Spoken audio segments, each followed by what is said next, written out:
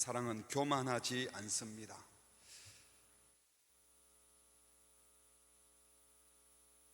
굉장히 무거운 주제예요. 교만하지 않습니다. 교만은 여러분 노트에도 써 있지만 왜곡된 자기 사랑입니다. 자기 사랑하지 않는 사람이 어디 있겠어요? 근데 자기를 잘못 사랑하는 것이죠. 왜곡된 자기 사랑. 교만한 사람은 상대를 높여주는 게 아니고 누구를 높이려고 애를 쓰는 겁니까? 자기를 높이려고 애를 써요. 상대를 칭찬하고 존중하는 것이 아니라 어쨌든 자기를 칭찬하고 자기가 존중받고 싶은 거죠.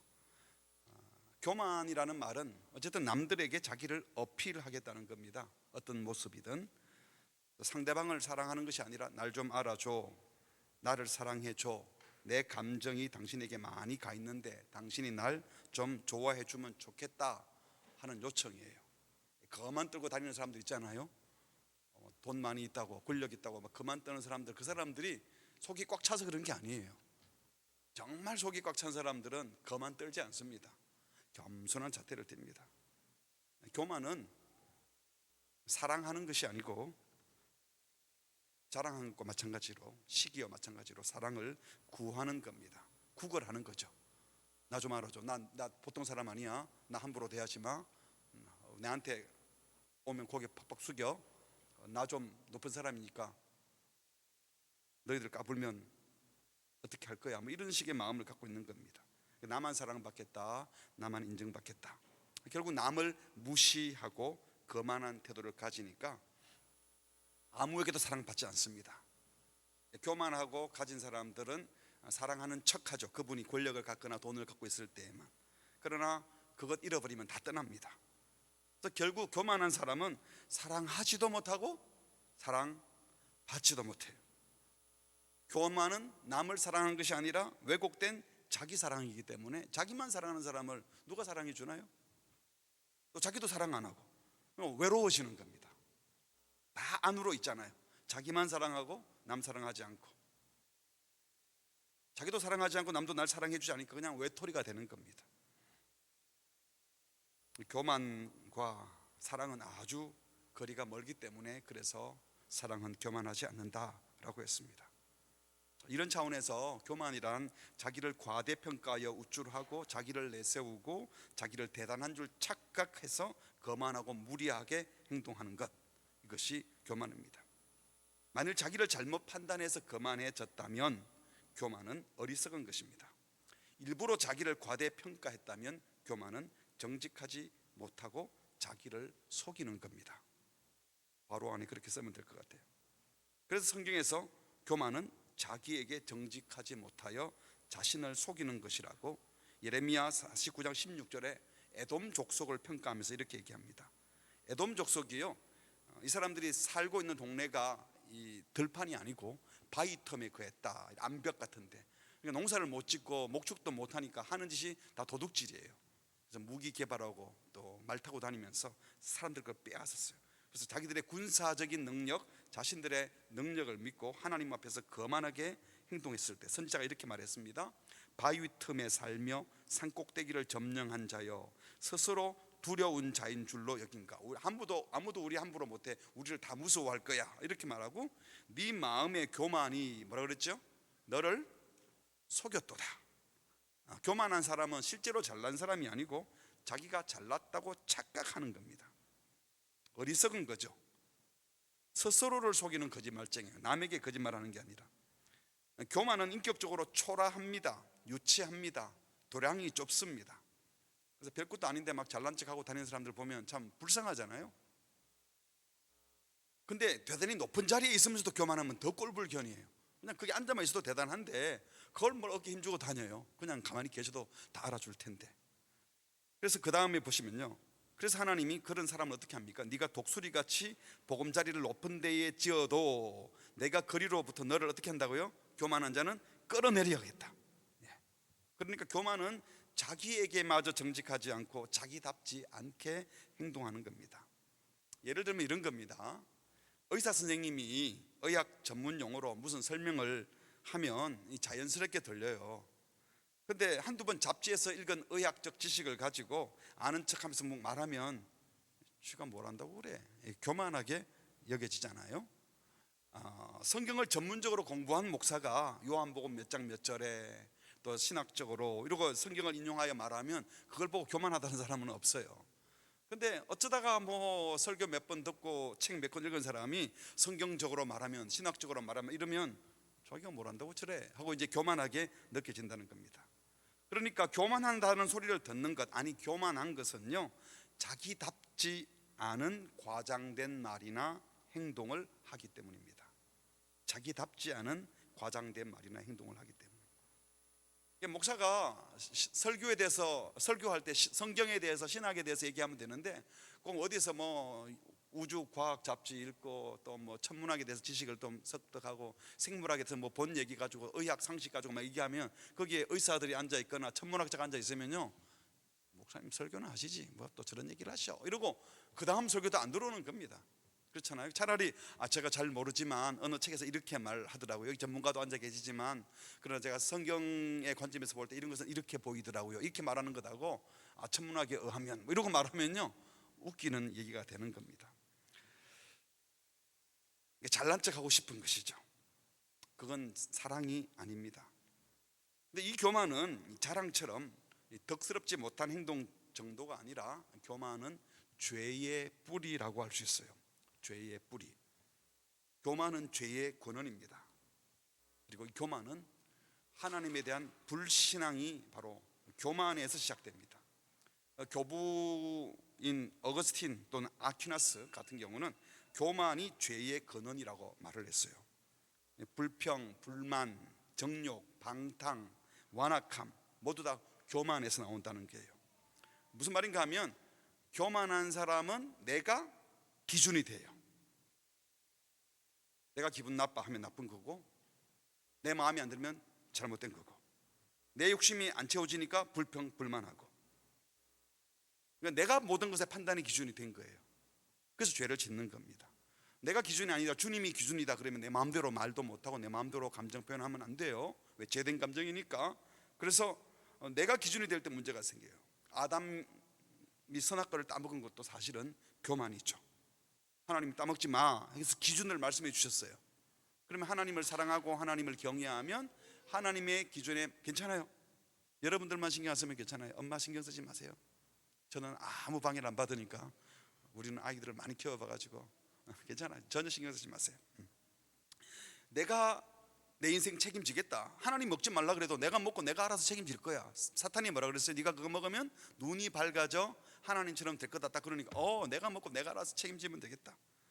그러니까 하나님의 명령보다 자기 생각, 자기 판단을 앞세웠던 교만, 그게 바로 죄의 시작이었습니다.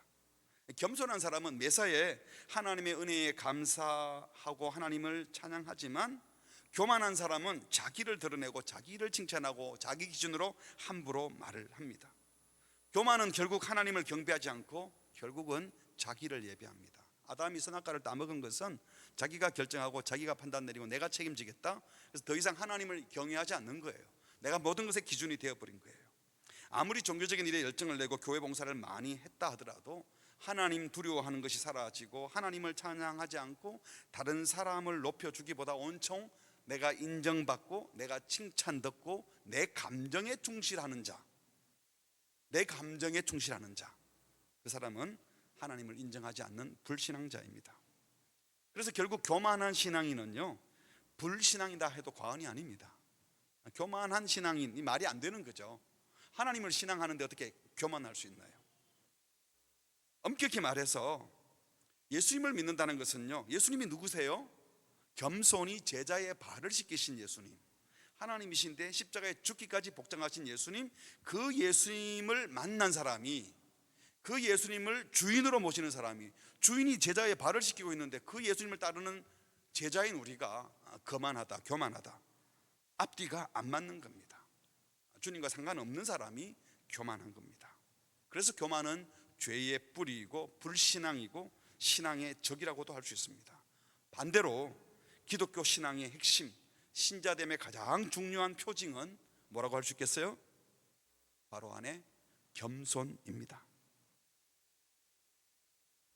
신앙이 좋다, 신앙이 깊다, 이것은 기도할 때 목소리를 크게 해서 오랫동안 기도할 수 있다, 찬양할 때 손을 들고 몇 시간씩이나 눈물 흘리며 찬양한다, 성경을 많이 읽었다, 이게 아니에요.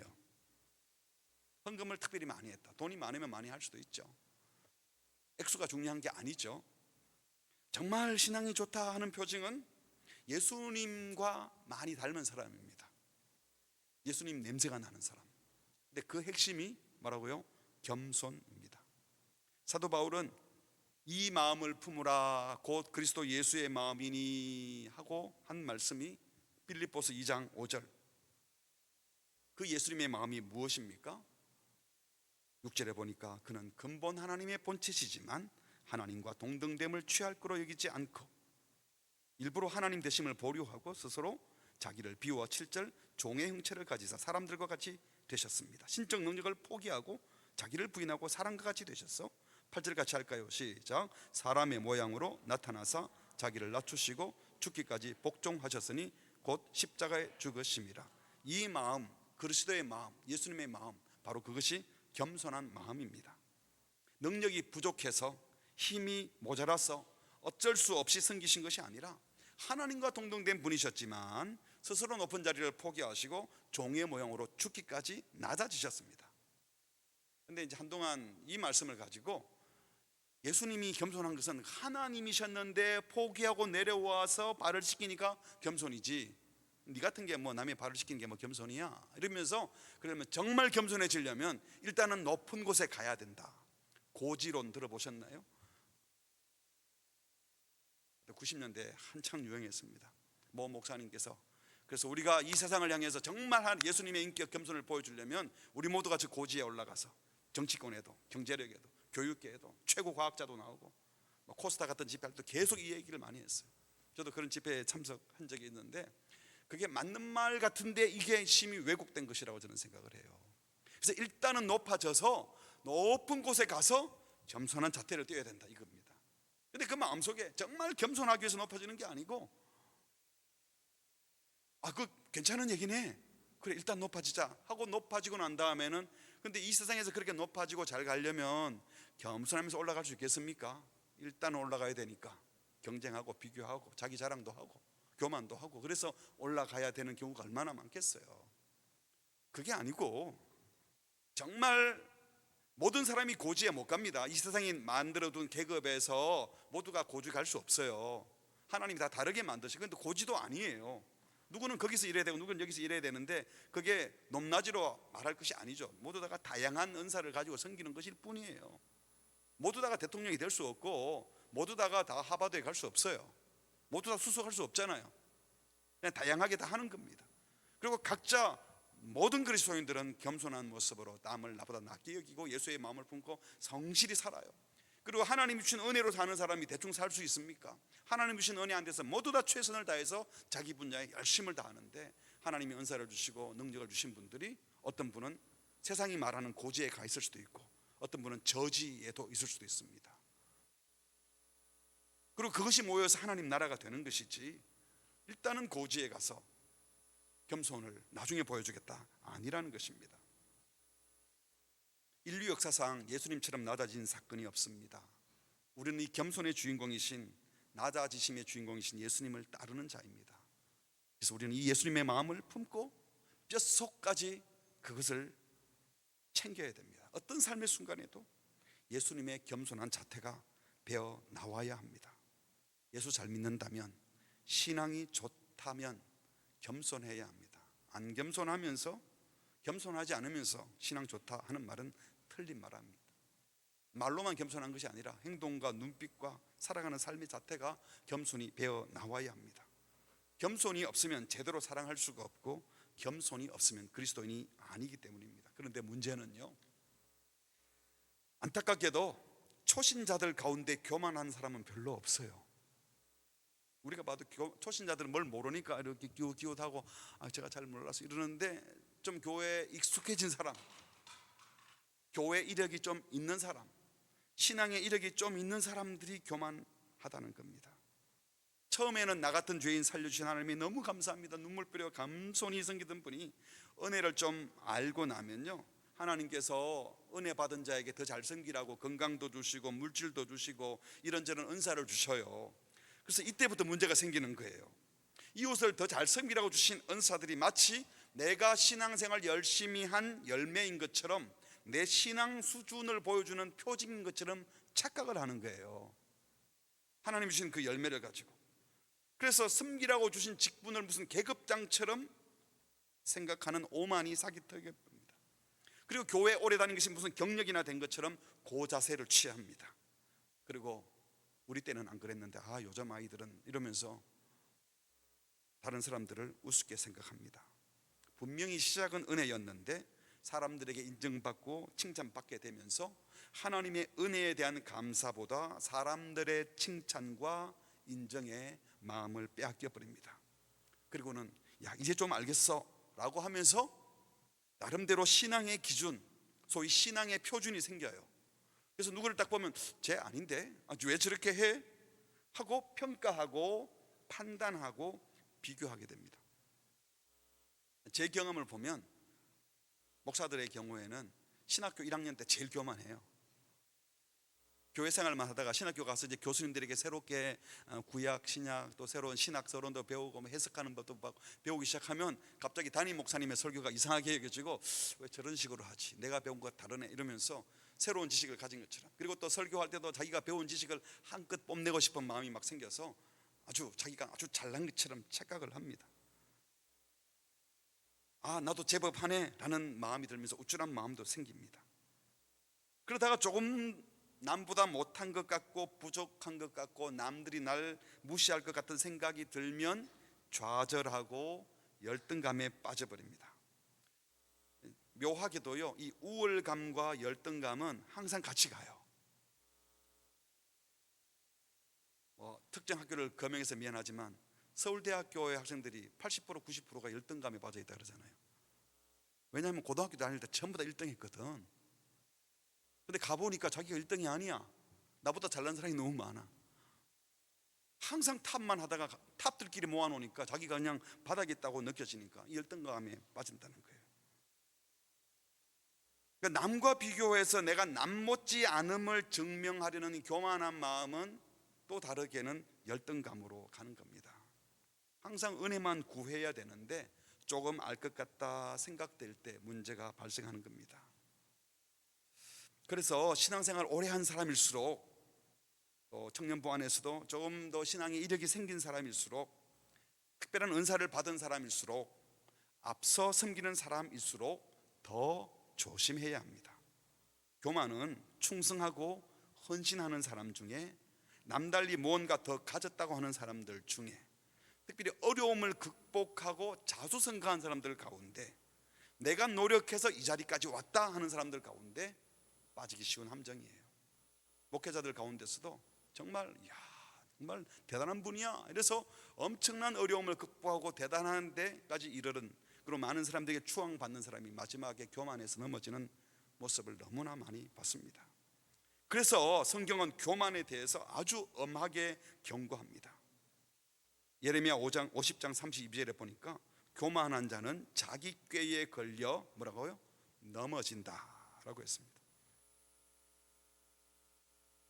교만은 자기 꾀에 걸려 넘어집니다. 또 잠언 13장 10절에 보니까 교만은 뭘 일으켜요? 네, 나왔네. 교만은 뭘 일으켜요? 다툼을 일으켜요. 다툼과 분쟁은 교만에 시작합니다. 왜요? 왜 싸워요? 네가 틀리고 내가 맞다는 거잖아요. 너 왜 그래? 내가 맞네. 내가 맞아. 이게 싸움입니다. 내가 잘났다. 내가 옳다. 남을 인정하고 그딴 말이 어디 있어? 이러고 이제 싸우는 거 아닙니까? 한 사람이라도 겸손이 나오면 싸우면 안 됩니다. 결국 둘 다 교만해서 그런 거예요. 세 번째, 다니엘서 5장 20절에 보니까 그가 마음이 높아지면 뜻이 어떻게 돼요? 완악하여 교만을 행한다. 교만하면 마음이 완악해집니다. 완악해져요. 앞뒤를 구별하지 못하는 악인이 되어버립니다. 있던 지위까지 빼앗깁니다. 그의 왕위가 폐함받으며 그의 영광을 빼앗기고 다 빼앗길 거예요. 또 네 번째로 잠언 16장 18절에 보니까 교만은 무엇의 선봉이요? 패망의 선봉이요, 넘어짐의 앞잡이. 교만은 사람을 파멸에 이르게 합니다. 교만하면 잠시 잠깐은 뭔가를 일을 해내는 것처럼 보여요. 그렇지만 결국은 망합니다. 다섯 번째로 잠언 16장 5절에 무릇 마음이 교만한 자를 여호와께서는 어떻게 한다고요? 미워하신다. 왜? 교만한 자는 하나님을 인정하지 않아요. 하나님이 미워하는 사람은 없어요. 다 사랑해요. 그런데 하나님을 거부하는 겁니다. 교만하다는 것은 내가 주인이 되는 거니까, 자기 힘으로 뭘 하겠다는 것이니까요. 그렇다면 교만하지 않으려면 어떻게 해야 되는가? 첫 번째, 겸손해야 합니다. 야고보서 4장 6절 하나님이 그러나 시작 그러나 더욱 큰 은혜를 주시나니 그러므로 일렀으되 하나님이 교만한 자를 대적 겸손한 자에게 겸손하라. 겸손한 자에게 하나님이 은혜를 주셔요. 베드로전서 5장 5절 6절 젊은 자들아 시작 젊은 자들아 이와 같이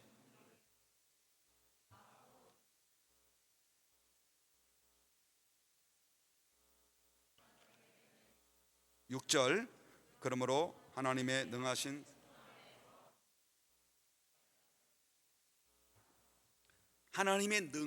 손 아래에서 주님의 손 아래에 있다 하는 마음으로 겸손하라 명령하셨어요. 그럼 우리는 겸손해야 됩니다. 근데 겸손하라고 하셨으니까 그냥 겸손하면 겸손해야지 하면 겸손해질까요? 이게 너무 어려워요. 우리가 겸손하기로 결단해서 겸손해지면 얼마나 좋겠어요. 겸손을 결단하지도 않고 교만하려고 애쓰지 않는 사람보다는 그래도 겸손을 결단하는 사람이 훨씬 낫겠죠. 겸손해야지. 겸손한 사람이 훌륭한 사람인 줄도 알고 겸손해야 되는 줄도 알고 마음은 겸손하고 싶은데 한켠에는 겸손한 마음보다 이랬다가 나 완전 바보 취급당하는 것 아니야 라는 마음에 자꾸 드러내고 싶고 알아줬으면 좋겠다 싶은 마음, 교만한 마음이 이 겸손을 추구하는 가운데도 스물스물 계속 기어 올라온다는 겁니다. 앤드루 모레이 목사님이 쓴 겸손이란 책에 이런 말이 있어요. 잘 들어보세요. 높은 성결을 추구하노라고 말하는 사람들에게, 높은 성결을 추구하는 사람들, 그러니까 성자들 같은 사람들에게 그 말과 비등한 겸손이 없더라. 그러니까 성결을 추구하는 거룩함에 비등한 겸손이 없다 하는 비난은 설사 그 비난의 진실성에 의심의 여지가 있다 치더라도 뜻있는 그리스도인들에게 큰 경종이 아닐 수 없다. 우리는 어떤 대가를 치르고서라도 온유하고 겸비한 하나님의 어린 양을 따르는 표식을 우리의 겸손으로 증명해 보여야 할 것이다. 무슨 말이에요? 경건하고 거룩하고 성결을 추구하는 사람들이 그 욕망만큼, 성결을 추구하는, 거룩을 추구하는 만큼의 겸손이 없다면 그건 엉터리라는 거죠. 아무리 영성이 깊고 아무리 훌륭한 설교가이고 경건한 그리스도인이라고 다른 쪽으로는 다 좋아도 겸손 없으면 꽝이라는 겁니다. 영성과 경건은 같이 가야지 겸손이 없으면 아니라는 겁니다. 근데 문제는요, 겸손은 내가 추구한다고 얻을 수 있는 것이 아니라는 거예요. 두 번째 말씀. 왜냐하면 이 겸손이 무슨 예절이나 에티켓, 보이스카우트, 걸스카우트 훈련하는 것처럼 인사법 훈련하고 눈빛 어떻게, 눈동작 어떻게 할지, 말투는 어떻게 할지 이런 거 훈련 연습하면 되면 참 좋겠죠. 근데 그런 것은 연습하면 될 수 있을지 모르지만 예절이 아니거든요. 겸손한 인격이 되어야 겸손한 행동도 하고 겸손한 말을 하는 것이지, 교만한 사람이 겸손을 배워서 말하고 행동하면 오히려 그건 가식이 되고 위선이 돼요. 속 사람이 안 바뀌었는데 겸손을 먼저 추구하다 보면 더 역겨운 사람이 될 수도 있다는 겁니다. 그리고 금방 들통납니다. 잠시는 겸손한 척 하는데 금방 들통이 나요. 저를 비롯해서 많은 그리스도인들은 그리스도인은 겸손해야 된다는 거 모르는 건 없어요. 다 알아요. 마음에 없는데 해야 되는 줄 아니까 자꾸 겸손한 자태를 띄어요. 그러다가 외식자가 된다는 겁니다. 그래서 오히려 겸손해지려고 하다가 어떻게 된다고요? 교만해져요. 이상하죠. 골로새서 2장 18절에 그래서 이런 말씀이 있습니다. 어떤 겸손? 꾸며낸 겸손. 꾸며낸 겸손 때문에 정죄받지 않도록 하라고. 천사 숭배를 이유로 너희를 정죄하지 못하게 하라. 꾸며낸 겸손과 천사 숭배로 너희를 정죄하지 못하게 하라. 그러니까 실제로 겸손하지 않으면서 삶의 체질은 교만으로 똘똘 뭉쳐져 있는데, 교만하면 사람들에게 인정 못 받는 줄 아니까 겸손을 말로, 형식으로, 자태로 바꾸어서 하는, 이거 조심하라고 했어요. 어떻게 해야 됩니까?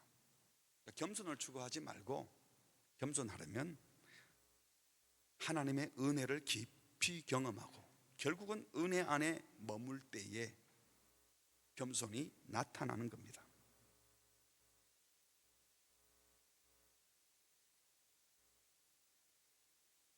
저 역시 이 겸손에 대해서 대학교 앤드류 머레이 그 책을 읽고, 또 겸손에 대해서는 성경이 너무 많이 말을 하니까 겸손해야지. 그리고 또 제가 잘난 척 한다는 소리를 또 많이 들었어요. 그래가지고 내가 잘난 척 안 했는데 왜 잘난 척 한다고 그러지?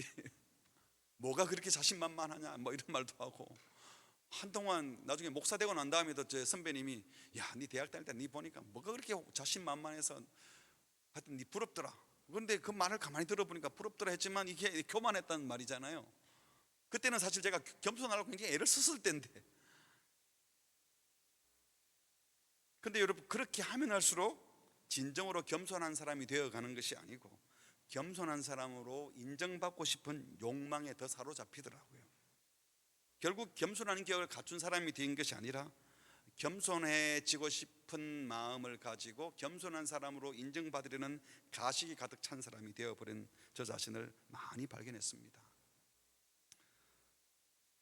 그래서 어느 순간요, 겸손해야지라는 마음 상태, 결심이 오래 가지도 않고 결국은 어느새 내가 주인이 되어서 내가 내 인격을 잘 다듬어서 내가 훌륭한 사람이 되려고 하는 그런 외식자가 되어버려 있었습니다.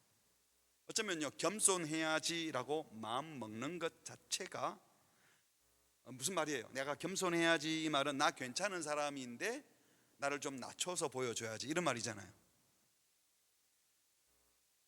접수하셨어요? 그러니까 겸손해야지 하는 사람은 교만한 사람이에요, 이미. 왜? 정말 겸손한 사람은 겸손해야지라는 마음을 안 먹어요. 뭐 잘난 게 없는데 뭘 겸손해요? 그냥 그렇게 사는 거지. 내가 겸손해야지, 이 말은 나 좀 괜찮은 사람이고 나 좀 말할 수 있고 내 좀 자격이 있는데 나 좀 낮출 거야. 예수님이 일부러 자기를 내가 잘났는데 낮춘다가 아니라 우리를 정말 사랑해서 내려오신 거예요, 그냥. 그러니까 우리가 정말 하나님의 은혜 안에 머물면서 주님을 사랑해서 나의 주님 앞에서 내가 얼마나 비천한지 약한지를 보면서 하나님의 은혜 안에 계속 들어가며 주님 감사합니다, 다 주님의 은혜입니다, 이 생각만 하고 있으면 남들이 그 사람을 보고 겸손하다고 하는 거지. 이 교만하지 않는다는 이 말씀을 듣고 이제 겸손이 내 화두야, 내가 겸손할 거야, 이런 말, 이런 결심 하는 게 의미가 없다는 겁니다.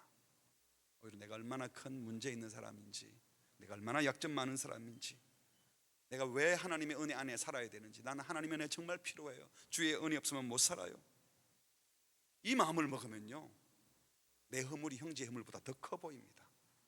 그러면 겸손해지는 겁니다. 고린도전서 15장 10절 말씀, 사도 바울의 고백을 우리 같이 읽겠습니다. 그러나 시작.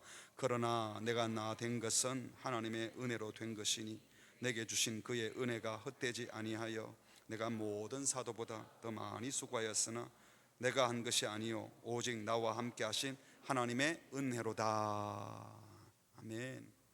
내 능력이 아니라 하나님의 은혜로 살고 있다는 사실을 믿을 때 우리는 겸손이 되는 겁니다.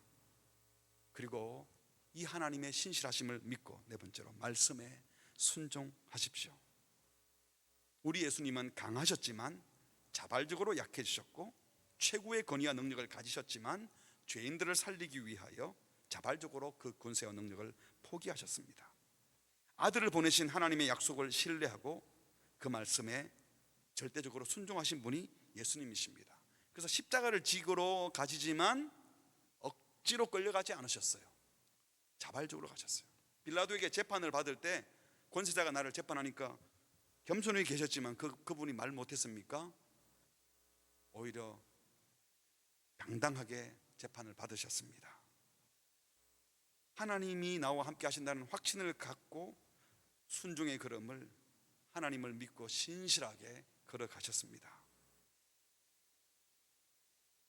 이런 의미에서 진정으로 겸손한 자가 정말 강한 사람입니다. 많이 알고 가졌지만 그걸 자기 증명하는 데 쓰지 않고 다른 사람 섬기는 데 씁니다. 나 보호하는 데 쓰지 않고 약한 자 살리는 데 씁니다. 이 사람이 겸손한 사람이에요. 배운 게 없고 가진 것이 없다고 열등감 갖지 않습니다. 그것을 숨기려고 하지도 않습니다. 부족함에도 불구하고 하나님이 나와 함께 하심을 믿기 때문에 확신에 찬 걸음을 걷습니다. 당당하지만 거만하지 않습니다. 능력이 많다 적다와 상관이 없이, 많이 배웠다 못 배웠다 상관없이 늘 주님의 은혜 안에 거하면 하나님을 신뢰하며 그 안에서 한 걸음 한 걸음 걸어가는 그 사람이 강한 자이고, 그 하나님을 신뢰하며 가는 사람이 진정 겸손한 사람입니다. 그래서 우리가 겸손을 오해하면 안 되는 게요, 겸손한 사람은 마땅히 할 일을 안 하면서 뒤로 빼는 사람이 아니에요. 목사님 이거 좀 해주세요. 아유 제가 못하는데요. 그 겸손이 아니에요. 자기가 하나, 지도자가 믿고 또 뜻이 있어서 부탁을 하면 제가 부족하지만 믿고 순종해 보겠습니다. 이게 겸손이지, 못한다는 것은, 빼는 것은 겸손이 아닙니다.